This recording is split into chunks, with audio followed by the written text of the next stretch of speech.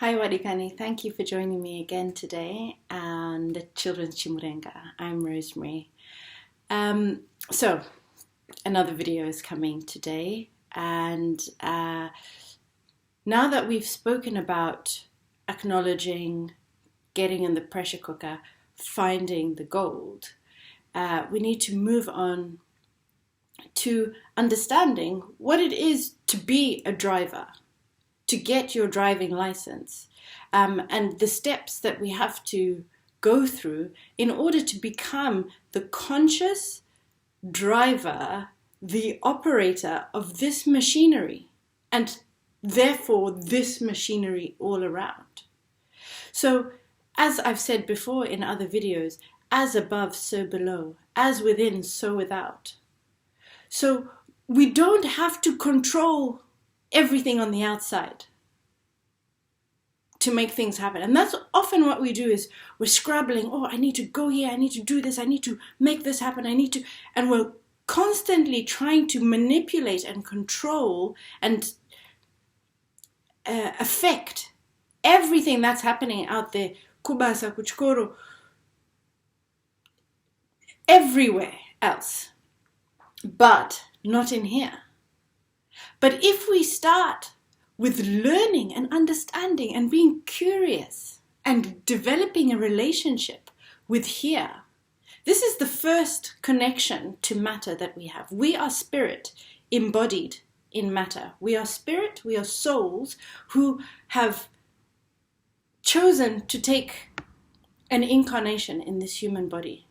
This is the first point at which we know how to control, manipulate, affect matter. This body, this is what we are working with. So why do we then neglect this and try and control everything out there when we can't even control this? Baby steps. Walk before you can run. So if we can learn how this works, how this thing, this amazing thing, this machine, this sacred meat machine, how it works, what makes it tick, then we will have no problem with understanding how the rest of everything works.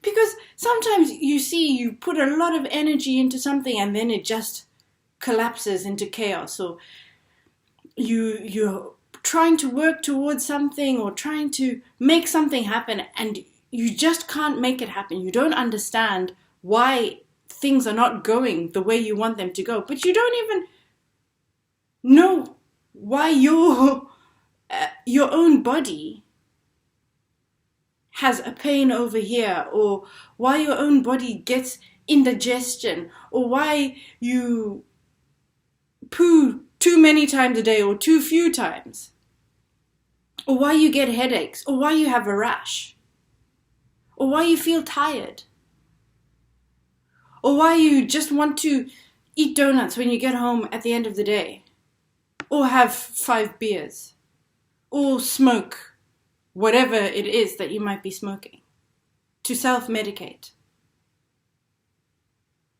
So first, find, understand, be curious, be determined to understand your own body. Then everything else will make sense.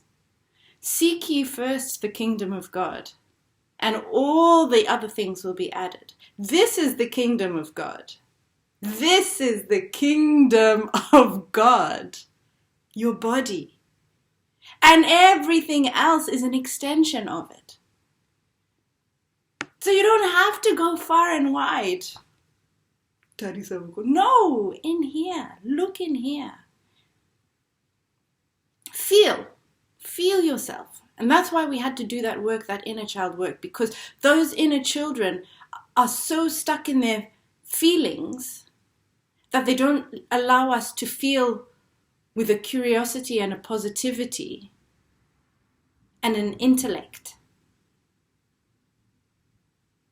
So that's why we have to heal them and to deal with them and to allow them to understand themselves. And then we say, okay, now we're doing other things. Now we're doing other things. And you are part of that journey, but, no child is given a driving license. You have to have a certain amount of computational ability, awareness, concentration. You can't be drunk or high or whatever. To be given the wheel of a car is a responsibility. To be given the wheel to this incredible piece of machinery is a huge responsibility. So the question is now, are you up for it? Because if you're still in those inner child things that need to be healed, fine. Find them, acknowledge them, heal them. But there comes a point where you no longer are saying, because my mom did this, because my dad did this, because my sekuru did this, because you've healed it. And all of them are saying, okay, now let's all go. Let's all go forward. So then you step into your responsibility. And it feels like, okay, so if I sleep at 10 and I wake up at 10, how does it feel? How does my day go? My day is a bit sluggish. I feel like I've wasted half of it. I've got a bit of guilt or whatever. Okay, so what am I going to do? Wake up at 8. How does it feel when I wake up at 8? Oh, I've got 2 more hours in my day. Now I managed to get a run in. Now I managed to do a few more things. At least I'm not feeling so guilty anymore. Oh, okay. Oh, so it looks like waking up a bit earlier is useful. Can we take it further? How about waking up at 6? Wow, now I can meditate. Now I can go for a run. Now I can do some work before the children wake up. Now I'm 10 steps ahead before I had even considered starting the day before. Now I'm more relaxed with the kids because I've already done other stuff. Now I can chill later on in the day. Now I feel more fruitful. Wow, actually my body feels more vitalized. I've got more energy. It's funny. I'm sleeping less, but I've got more energy. What if I wake up at 4? I haven't tried that yet. Maybe you can tell me.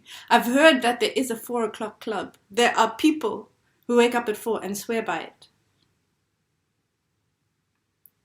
But the point is about feeling, not running away from, because that 4 o'clock club, it's not easy for them to get out of bed at 4. It's not easy to take a cold shower. It's not easy to go for a run, but they know that it's good for them. They know that it feels good. They see the evidence in the productivity and the external control that they then derive on their surroundings because they have been controlled with their own body. This is the alchemical art of temperance. This is where you feel good. Okay, when I am fasting during Lent, how come I feel more awake? I feel more connected.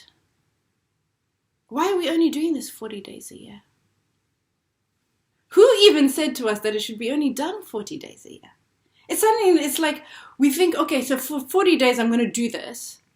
And then the other time I'm going to, no, come on, let's wake up. Let's wake up. Let's wake up. The key is in the relationship you develop with your body. And so some programs might be saying, I want a donut or whatever. But if you can speak back to the program and say, who are you who wants a donut? Why do you want a donut right now? What happened before? Okay, how can we change that so that you do not crave a donut so much? And can we replace the donut with something else? And then see how we feel tomorrow. Oh, I'm not feeling guilty because I ate the donut that I shouldn't have eaten yesterday. I'm not feeling guilty because I had the beer or smoked the cigarette, or I'm not feeling guilty because I did something harmful to myself. And now, not only do I have this energy of guilt and shame within my mind, but also there is something about the energy flow in my body that has been blocked by this behavior. And if energy is not flowing in your body, surely it will not flow out there, because as within, so without. So observe yourself, and practice, if you can, slowly. Yeah, don't take it too fast, because then you go into suffering. If you take it too fast, if you push yourself too hard, you go into suffering. It's like, that child is like, So you have to work. It's a balance. It's a game. It's a tightrope. So then maybe the child has a donut once a week, and it knows that it's getting its donut once a week.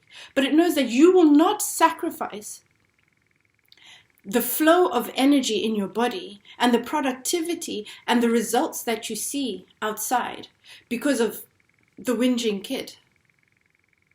Sorry, kid, we do love you. See, I have to talk to the child, because the child is loved. Everything is loved, but everything has a place.